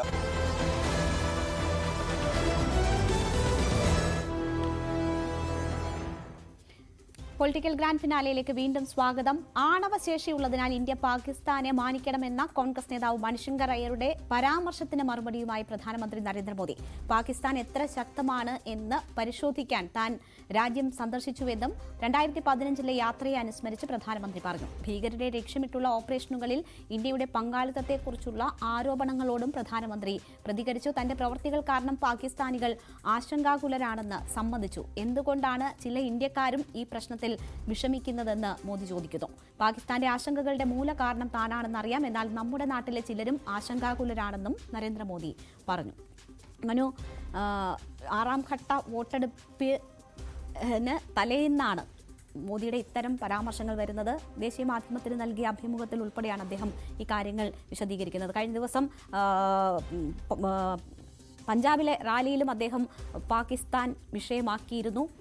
എന്തുകൊണ്ടാണ് ഈ ഘട്ടത്തിൽ ഇപ്പോൾ പാകിസ്ഥാൻ? മണിശങ്കർ അയ്യരുടെ പ്രസ്താവനയ്ക്ക് നിരവധി തവണ മറുപടി പറഞ്ഞു പോയതാണ്. എന്തുകൊണ്ടാണ് അത് വീണ്ടും എടുത്തിരുന്നത്? 2015 തന്റെ സന്ദർശനം ഉൾപ്പെടെ നരേന്ദ്രമോദി ഓർമ്മിപ്പിക്കുന്നത്. അത് സ്വാഭാവികമായും പല ഘട്ടങ്ങളിൽ പലതര പ്രചരണ വിഷയങ്ങൾ അദ്ദേഹം ഉയർത്തുന്നുണ്ട്. ഇതിൽ അദ്ദേഹം പ്രസംഗിക്കുമ്പോൾ പല കാര്യങ്ങളും പറയുന്നുണ്ട്. സ്വാഭാവികമായ മാധ്യമങ്ങൾ പുതിയ കാര്യം പറയുമ്പം ആ വിഷയത്തിന് ഒരു ഹെഡ്ലൈൻ സ്പേസ് കൊടുക്കുന്നു എന്നതാണ് ഒരു വശം. പക്ഷേ പാകിസ്ഥാൻ വിഷയം അദ്ദേഹം പല റാലികളിലും ഉന്നയിച്ചിട്ടുണ്ട്. അപ്പോൾ ഇത് ഈ മണിശങ്കർ അയ്യർ അദ്ദേഹം മുമ്പങ്ങോ കൊടുത്ത ഒരു യൂട്യൂബ് ചാനലിന് കൊടുത്ത ഒരു ഇൻ്റർവ്യൂ ആണ് എന്നൊക്കെ പറഞ്ഞ് അതിൽ തടിതപ്പി. അതേസമയം കോൺഗ്രസ് ആ വിഷയം ഞങ്ങൾക്ക് അങ്ങനെ അതിൽ പ്രതികരിക്കാനില്ല, അത് മണിശങ്കർക്ക് അങ്ങനെ അയ്യർക്ക് അങ്ങനെ എന്തെങ്കിലും ഒരു അഭിപ്രായം നടത്താൻ ആയിട്ട് പാർട്ടി ചുമതലപ്പെടുത്തിയിട്ടില്ല എന്നൊക്കെ പറഞ്ഞ് അതിൽ നിന്ന് തലയൂരുന്നൊരു സാഹചര്യം ഉണ്ടായപ്പോൾ പ്രധാനമന്ത്രി അതിനെ കുറേ കൂടി രൂക്ഷമായി ഉന്നയിക്കുന്ന ഒരു സ്ഥിതിയാണ് നമുക്ക് കാണാൻ കഴിഞ്ഞത്. അപ്പോൾ അത് കഴിഞ്ഞ മെയ് 11 തൊട്ടൊക്കെ തന്നെ ഇദ്ദേഹം ഈ വിഷയം വളരെ ശക്തമായി ഉന്നയിച്ചതിൻ്റെ വിവരങ്ങളുണ്ട്. അപ്പോൾ സ്വാഭാവികമായും ഈ പ്രധാനമന്ത്രി അത് ഇത്തവണ പറഞ്ഞത് ഞാൻ ഈ മണിശങ്കർ അയ്യർ പാകിസ്ഥാന് ആണവ ശക്തി ഉണ്ട് എന്ന് പറഞ്ഞപ്പോൾ പ്രധാനമന്ത്രി ആ ചോദ്യത്തോട് പ്രതികരിച്ച് അത് പരിശോധിക്കാൻ ഞാൻ തന്നെ അവിടെ നേരിട്ട് പോയിട്ടുണ്ട്, അവിടെ ഇതിനകത്തേക്ക് പാകിസ്ഥാനകത്തേക്ക്. അതുമാത്രവുമല്ല, തനിക്ക് അന്ന് ഒരു ജേർണലിസ്റ്റുകൾ അവിടുത്തെ മാധ്യമപ്രവർത്തകർ തന്നോട് ചോദിച്ചു പെട്ടെന്നൊരു വിസയില്ലാതെ എങ്ങനെ ഇങ്ങ് വരാൻ കഴിഞ്ഞു എന്നൊക്കെ അദ്ദേഹത്തോട് ചോദിച്ചു എന്നും അത് സ്വാഭാവികമായി ഇത് തൻ്റെ കൂടി രാജ്യമായിരുന്നു എന്ന് ഞാൻ അന്ന് അവരോട് പറഞ്ഞു എന്ന്, മുമ്പ് തൻ്റെ കൂടി രാജ്യമായിരുന്നു ഈ ഭൂപ്രദേശമൊക്കെ എന്ന് അദ്ദേഹം പറഞ്ഞു എന്നൊക്കെ ഉള്ളൊരു മറുപടി അദ്ദേഹം കൊടുത്തിട്ടുണ്ട്. ഏതായാലും അദ്ദേഹം ഒരു കാര്യം ഊന്നി പറയുന്നത് ഈ പാകിസ്ഥാനോട് അതിൻ്റെ തീവ്രവാദ പ്രവർത്തനം അവർ മുന്നോട്ട് വയ്ക്കുന്ന തീവ്രവാദ പ്രവർത്തനങ്ങളോട് വളരെ ശക്തമായി താൻ ഒരു എതിർപ്പ് നടത്തുന്നു, അതിനെ നേരിടുന്നു. പാകിസ്ഥാനിലെ ആളുകൾക്ക് ചിലർക്ക് മോദിയുടെ നടപടികളോട് വലിയ വിയോജിപ്പുണ്ട്, അത് തനിക്ക് മനസ്സിലാക്കാൻ കഴിയും. പക്ഷേ എന്തുകൊണ്ടാണ് ഇന്ത്യയിലെ ചില ആളുകൾക്ക് അങ്ങനെ ആ വിയോജിപ്പ്, അതേ വിയോജിപ്പുള്ളത് എന്നൊക്കെ ചോദിച്ച് അദ്ദേഹം ആ വിഷയത്തെ, അതായത് മോദിയെ എതിർക്കുന്നത് പാകിസ്ഥാനെ അനുകൂലിക്കുന്നതിന് തുല്യമാണ് എന്ന തരത്തിലേക്ക് അതിനെ കാര്യങ്ങൾ പറഞ്ഞു വയ്ക്കുന്നു. അത് ഒരുപക്ഷെ കോൺഗ്രസ് ആ വിവാദത്തിലേക്ക് പിടികൊടുക്കാതെ രക്ഷപ്പെടുകയെന്നാണ്. കാരണം ഇപ്പോഴും ഈ പ്രത്യേകിച്ച് ഇന്ത്യയിലെ ഒരു വലിയ വിഭാഗം ജനങ്ങൾക്ക് വിഭജനത്തിൻ്റെ വലിയ ഓർമ്മകൾ ഇപ്പോഴും ഉണ്ട്. അത് സംബന്ധിച്ച കഥകൾ ഇപ്പോഴും പല നാടുകളിലും പ്രചരിക്കുന്നൊക്കെയുണ്ട്. അപ്പോൾ സ്വാഭാവികമായ ആ വിഷയമൊക്കെ വീണ്ടും ഉയർത്തിപ്പിടി. പ്രത്യേകിച്ച് ഡൽഹിയിൽ ഒരു വലിയ വിഭാഗം ആളുകൾ അന്ന് പാകിസ്ഥാനിൽ നിന്നും അവിടെ നിന്നുമൊക്കെ ഓടി വരേണ്ട ഒരു സാഹചര്യം ഉണ്ടായപ്പോൾ അവർ ഡൽഹിയിലൊക്കെ അഭയം പ്രാപിച്ച ആളുകൾക്ക് അവരുടെ പൂർവികരുടെ പറഞ്ഞ ഈ കഥകളുണ്ട്. അപ്പോൾ ഇതൊക്കെ സ്വാഭാവികമായും വീണ്ടും പഞ്ചാബിനെയൊക്കെ സ്വാധീനിക്കുക എന്നുള്ള ലക്ഷ്യം തന്നെയാണ്. പാകിസ്ഥാൻ അവരുടെ പതാകയിലെ ചന്ദ്രനെയാണ് വലിയ കാര്യമായി കാണുന്നത്. പക്ഷേ ഇന്ത്യ ചന്ദ്രനിൽ പതാക ഉയർത്തിയാണ് ചെയ്യുന്നതെന്നൊക്കെ. ചന്ദ്രനിൽ നമ്മുടെ പതാക വെറുതെ. അപ്പോൾ അത് എന്ന് വെച്ചാൽ ഇപ്പോൾ ഈ ബോർഡർ സ്ഥലങ്ങളിൽ പ്രത്യേകിച്ച് ഈ പഞ്ചാബ് നമുക്കറിയാം സൈനികരുടെ ഒരു വലിയ സംസ്ഥാനമാണ്. നിരവധി ആളുകൾ സൈനിക സേവനത്തിനൊക്കെ അവിടെ നിന്ന് എത്തുന്നുണ്ട്. ആ കുടുംബങ്ങൾ, സൈനികരുള്ള കുടുംബങ്ങൾ ധാരാളമാണ്. അപ്പോൾ അത്തരം അവിടെ ഒരു പാകിസ്ഥാൻ വിഷയം ഉയർത്തിയാൽ അത് ഒരു പക്ഷേ നിലനിൽക്കുന്ന ചില അദ്ദേഹത്തിന് ഇപ്പോൾ കർഷക സമരമോ അല്ലെങ്കിൽ അത്തരം പ്രശ്നങ്ങൾ കാരണമുള്ള ഒരു വിരുദ്ധ വികാരത്തെ അതിജീവിക്കാൻ ഉള്ള ഒരു തന്ത്രമായി വേണമെങ്കിൽ അതിനെ കാണാം. അതാണ് അദ്ദേഹം ഇന്ന് മണിശങ്കർ അയ്യരുടെ ഈ പ്രയോഗത്തിലൂടെ. പക്ഷേ മണിശങ്കർ അയ്യരുടെ പ്രസ്താവന അത് കോൺഗ്രസിന്, ഇന്ത്യ മുന്നണിയെ സംബന്ധിച്ച് ഒരു അദ്ദേഹം തന്നെ അതിനകത്ത് വിശദീകരണം നൽകിയ കാര്യമാണ്. പക്ഷേ അത് എങ്ങനെ പ്രയോജനപ്പെടുത്താം എന്നത് നരേന്ദ്രമോദി അത് മാക്സിമം കഴിഞ്ഞ ഘട്ടങ്ങളിലൊക്കെ കാണിച്ചു തന്നതുമാണ്. ഇത് വീണ്ടും സജീവമാകുന്നത് ഇന്ത്യ മുന്നണിയെ സംബന്ധിച്ച് അങ്ങനെ ഒരു ബുദ്ധിമുട്ട് സൃഷ്ടിക്കുമോ? അല്ല, സ്വാഭാവികമായി ഇതിൽ ഇപ്പോൾ എല്ലാവരും ദേശസ്നേഹികളാണ്. പക്ഷേ BJP നിരന്തരം ആ ഒരു ദേശസ്നേഹത്തിൻ്റെ കാര്യം വരുമ്പോൾ അതിൻ്റെ മീറ്ററിൽ ഞങ്ങൾ കുറേ കൂടെ മുകളിലാണ് എന്ന് പറഞ്ഞു വയ്ക്കാനുള്ള ഒരു ശ്രമം എല്ലാ ഘട്ടത്തിലും നടത്തുന്നുണ്ട്. മാത്രമല്ല ഈ ഇന്ത്യയുടെ ഒരു ദേശസ്നേഹക്കുറവ് കോൺഗ്രസിനുണ്ട്. അതിപ്പോഴും ഒരു ന്യൂനപക്ഷ വോട്ട് ബാങ്കിന് ചുറ്റിപ്പറ്റി നടക്കുകയാണ് എന്ന് പൊതുജന മനബോധത്തിലേക്ക് അടിച്ചേൽപ്പിക്കുന്നതിന് വേണ്ടിയുള്ളൊരു പ്രചരണ പരിപാടി അത് തുടക്കം മുതൽ തന്നെയുണ്ട്. അത് അതിൻ്റെ തെരഞ്ഞെടുപ്പിൻ്റെ അവസാന ഘട്ടത്തിലും നിലനിൽക്കുന്നു എന്നതാണ് അതിലെ ശ്രദ്ധേയമായ കാര്യം. ഇത് സ്വാഭാവികമായും വോട്ടർമാരിൽ എന്ത് സ്വാധീനം ഉണ്ടാക്കുമെന്ന് പ്രധാനമന്ത്രിക്ക് അറിയാം. അതുകൊണ്ടാണ് ആ വിഷയം പല ഘട്ടങ്ങളിൽ അത് വീണ്ടും ഉയർത്തിപ്പിടിക്കുന്നത്. തങ്ങളുടെ ശക്തി കാട്ടുക എന്നത് തന്നെയാണ്. കശ്മീരിൽ ജനങ്ങൾ സമാധാനത്തോടെയാണ്. ഭീകരരെ പൂർണ്ണമായും ഒതുക്കാൻ കഴിഞ്ഞിരിക്കുന്നു. ശത്രു രാജ്യങ്ങളിൽ പോയി അവിടുത്തെ സ്ഥിതി മനസ്സിലാക്കി അതിന് പരിഹാരക്രിയ ചെയ്യുന്നയാളാണ് താൻ എന്ന് വരുത്തുന്നു. അപ്പോൾ അവിടെയും തങ്ങളുടെ ശക്തി അല്ലെങ്കിൽ തങ്ങൾ എത്രമാത്രം ശക്തരാണ് എന്ന് കാണിക്കുക എന്നതാണ് പ്രധാനമന്ത്രി ഉദ്ദേശിച്ചുകൊണ്ടിരിക്കുന്നത്. അത് അതിർത്തി പ്രശ്നങ്ങളിലാവട്ടെ, ഭീകരരെ നേരിടുന്നതിലാവട്ടെ, അങ്ങനെയുള്ള കാര്യങ്ങളിൽ തങ്ങളാണ് ഏറ്റവും മുമ്പിൽ, അല്ലെങ്കിൽ തങ്ങൾക്കാണ് അതിനെ ഏറ്റവും നല്ലതുപോലെ ചെറുക്കാൻ കഴിയുക എന്നതാണ് അദ്ദേഹം കാണിക്കുന്നത്. നേരത്തെ കഴിഞ്ഞ ദിവസം അദ്ദേഹം പറഞ്ഞത് പാല് വാങ്ങുന്നതിന് മുമ്പ് നെയ്ക്ക് വേണ്ടിയുള്ള അടി തുടങ്ങിയിട്ടുണ്ട് എന്നതാണ്. അപ്പോൾ അവിടെ സ്ഥിരതയായ ഒരു സർക്കാർ ഉണ്ടാകില്ല, ഞങ്ങളല്ല അധികാരത്തിൽ വരുന്നതെങ്കിൽ സ്ഥിരതയായിരുന്ന ഒരു സർക്കാർ ഉണ്ടാകില്ല, കഴിഞ്ഞ കാലങ്ങളുടെ ആവർത്തനം ഉണ്ടാകും എന്ന ഒരു സൂചന കൂടിയാണ് അദ്ദേഹം നൽകുന്നത്. മാത്രമല്ല, നമ്മുടെ മുമ്പ് ന്യൂസ് 18 തന്നെ CNN ന്യൂസ് 18 നൽകിയ അഭിമുഖത്തിൽ രാജ്നാഥ് സിംഗ് ആണ് ആദ്യമായി ഈ വിഷയം പറയുന്നത്. എന്ന് വെച്ചാൽ നമ്മൾ സാധാരണ മറ്റൊരു രാജ്യത്ത് ആരെങ്കിലും അവരുടെ അതിർത്തി കടന്ന് ആളുകളെ കൈകാര്യം ചെയ്യുന്ന രീതി ഇല്ല എന്നാണ് നാളിതുവരെ ഒരു നിലപാടെടുത്തത്. പക്ഷേ രാജ്നാഥ് സിംഗ് വളരെ കൃത്യമായി പറഞ്ഞു, ഇന്ത്യ വിരുദ്ധരായ ആളുകൾ അവർ ഏത് രാജ്യത്തായാലും അവരുടെ വീടിനകത്തേക്ക് കയറി അവരെ അടിക്കാൻ കഴിയുന്ന ശക്തിയായി ഇന്ത്യ മാറിയിട്ടുണ്ടെന്ന്. അപ്പോൾ അവിടെ പാകിസ്ഥാനിൽ ചില തീവ്രവാദ സംഘ നേതാക്കളൊക്കെ കൊല്ലപ്പെട്ടിട്ടുണ്ട്. അപ്പോൾ സ്വാഭാവികമായും അതിൻ്റെ പുറകിൽ ഇന്ത്യ കൈകളുണ്ട് എന്ന ഒരു ചർച്ച പലയിടങ്ങളിലും നടക്കുന്നുണ്ട്. അതിനെയൊക്കെ ശരിവെക്കുന്ന തരത്തിൽ അങ്ങനെ ഇന്ത്യയുടെ പരമാധികാരത്തെ ചോദ്യം ചെയ്യുന്ന നടപടികൾ പാകിസ്ഥാൻ്റെ ഭാഗത്തുണ്ടായാൽ അത് ഞങ്ങൾ അതിനെതിരെ ശക്തമായ എടുത്തിട്ടുണ്ട്. അത് പാകിസ്ഥാന് ബോധ്യപ്പെട്ടിട്ടുണ്ടെന്ന് രാജ്നാഥ് സിംഗ് ന്യൂസ് 18 തന്നെയാണ് പറഞ്ഞത്. പിന്നെ തുടർന്ന് നരേന്ദ്രമോദിയും ആ വിഷയം തന്നെ പ്രതിപാദിക്കുകയും ചെയ്തു. ഏറ്റവും ഒടുവിൽ ഈ അദ്ദേഹം പറഞ്ഞത്, പ്രധാനമന്ത്രി പറഞ്ഞു, ഈ പാകിസ്ഥാൻ്റെ പേര് പറഞ്ഞ് നമ്മളെ ഭയപ്പെടുത്താനാണ് കോൺഗ്രസ് ശ്രമിക്കുന്നത്. പക്ഷേ പാകിസ്ഥാൻ്റെ കയ്യിൽ ആറ്റോമിക് ബോംബുണ്ട് എന്നൊക്കെ അവർ പറയുന്നു. അവർ ഇന്ത്യയുടെ ഒരു താല്പര്യത്തെ, ഇന്ത്യൻ വികാരത്തെ മറികടക്കാനാണ് ശ്രമിക്കുന്നത്. അപ്പോൾ കോൺഗ്രസ്സിന് അങ്ങനെ ഒരു നിലപാടുണ്ട്, ഇന്ത്യൻ സ്പിരിറ്റിനെ എതിർക്കുന്ന ഒരു നിലപാട്. പാകിസ്ഥാൻ അവരുടെ ബോംബ് കൈകാര്യം ചെയ്യാൻ ഒന്നും അറിയില്ല എന്നതാണ് അതിലെ യഥാർത്ഥ വസ്തുത. അവർ ബോംബ് വിൽക്കാനൊക്കെ ശ്രമിക്കുന്നുണ്ട്, പക്ഷേ ആ താഴ്ന്ന നിലവാരമുള്ള ബോംബുകളൊന്നും ആരും വാങ്ങിക്കുന്നില്ല. അവരുടെ വീക്ക് ആറ്റിറ്റ്യൂഡാണ്, അവരുടെ ദുർബലമായ ഒരു നിലപാടാണ് നമുക്ക് ഈ കശ്മീർ ഇഷ്യൂവിലും കാണാൻ കഴിയുന്നത് എന്നൊക്കെയാണ് പ്രധാനമന്ത്രി അതിനെ. തീർച്ചയായും എന്തായാലും 6ാം ഘട്ടത്തിൽ പാകിസ്ഥാൻ വിരുദ്ധ വികാരം ആളിക്കത്തിക്കാനുള്ള ശ്രമങ്ങളാണ് പ്രധാനമന്ത്രിയുടെ ഭാഗത്തു നിന്നും ഉണ്ടാകുന്നത്. അതും ഒരു പ്രധാനപ്പെട്ട വിഷയമായതുകൊണ്ട് തന്നെയാണ് മണിശങ്കർ അയ്യരുടെ പ്രസ്താവന വീണ്ടും കോട്ട് ചെയ്തുകൊണ്ട് ഇത്തരം പ്രതികരണങ്ങൾ പ്രധാനമന്ത്രിയുടെ ഭാഗത്തു നിന്നും ഉണ്ടാകുന്നത്. മനു, നമുക്കിനി പരിശോധിക്കേണ്ട ഒരു വിഷയം, മുസ്ലിം സ്ത്രീ വോട്ടർമാരെ BJP ലക്ഷ്യമിടുന്നു എന്ന AIMIM പ്രസിഡന്റ് അസദുദ്ദീൻ ഒവൈസിയുടെ ഇന്നത്തെ പ്രസ്താവനയാണ്. അവർ മുസ്ലിം സ്ത്രീകളുടെ വോട്ടിങ്ങിന് തടസ്സം സൃഷ്ടിക്കുകയാണ്. ബുർഖ ധരിച്ച സ്ത്രീ വോട്ടർമാരുടെ ശരിയായ പരിശോധന നടത്തണമെന്ന BJP ഡൽഹി ഘടകത്തിന്റെ ആവശ്യത്തെ തുടർന്നാണ് അസദുദ്ദീൻ ഒവൈസി ഇത്തരമൊരു പ്രസ്താവന നടത്തുന്നത്. ബുർഖ ധരിക്കുന്ന സ്ത്രീകളെ പ്രത്യേകം പരിശോധിക്കണമെന്ന് ബിജെപിയുടെ ഡൽഹി ഘടകം തെരഞ്ഞെടുപ്പ് കമ്മീഷനോട് ആവശ്യപ്പെട്ടിട്ടുണ്ട് എന്നും ഒവൈസി ട്വീറ്റ് ചെയ്തു. ഇത് കഴിഞ്ഞ 5ാം ഘട്ട തെരഞ്ഞെടുപ്പിലാണെന്ന് തോന്നുന്നു. ഹൈദരാബാദിൽ ബുർഖ ധരിക്കുന്ന സ്ത്രീയെ പരിശോധിച്ചത് വലിയ രീതിയിലുള്ള പ്രശ്നമാവുകയും ചർച്ചയാവുകയും ചെയ്ത വിഷയമാണ്. അതിന്റെ ആവർത്തനമാണ് ഡൽഹിയിൽ ഉണ്ടാകുന്നത്. ഈ നമ്മളുടെ ജനപ്രാതിനിധ്യ നിയമം ഒക്കെ അനുസരിച്ച് എങ്ങനെയാണ് വോട്ടെടുപ്പ് വേണ്ടത് എന്ന കാര്യങ്ങളിലൊക്കെ കൃത്യമായ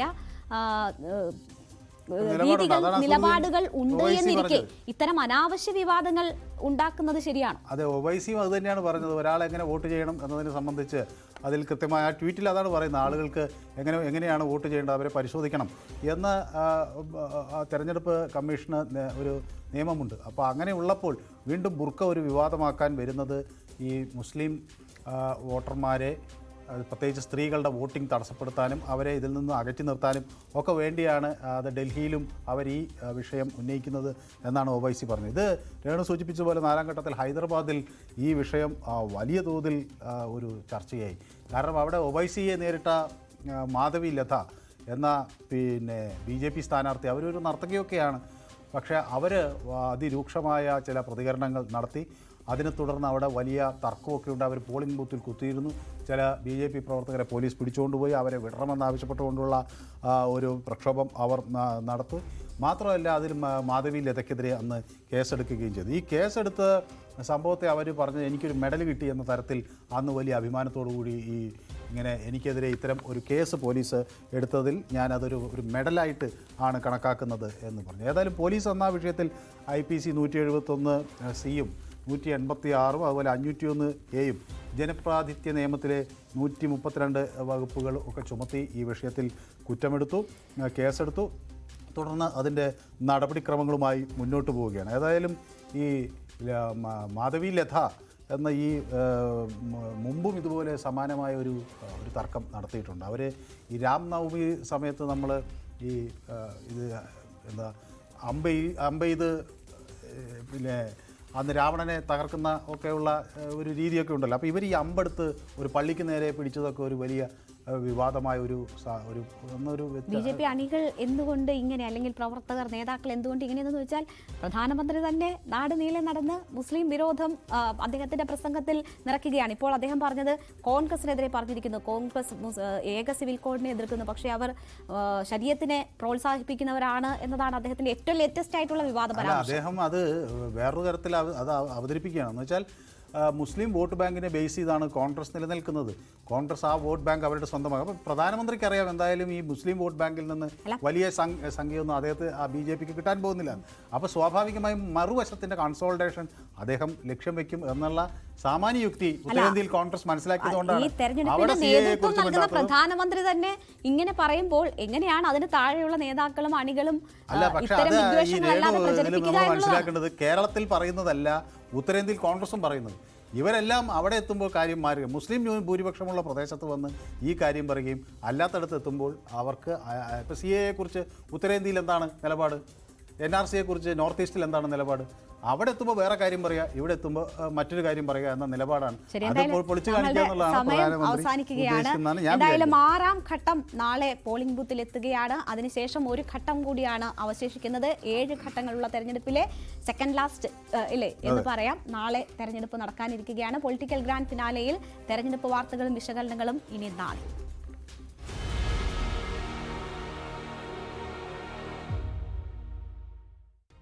Political Grand Finale, co-presented by Berger Paints, 100 years of trust. Educational partners, IBIS Group of Educational Institutions. ഇനി കണ്ണടച്ചല്ല, കണ്ണ് തുറന്ന് സ്വപ്നം കാണാം. IBIS-ലൂടെ Indian Institute of Commerce, Lakshya. Join Indian Institute of Commerce, ലക്ഷ്യ. 21ാം വയസ്സിൽ life is settle. And Jain deemed to be University, Kochi. Be the change, be the future with Jain deemed to be University, Kochi.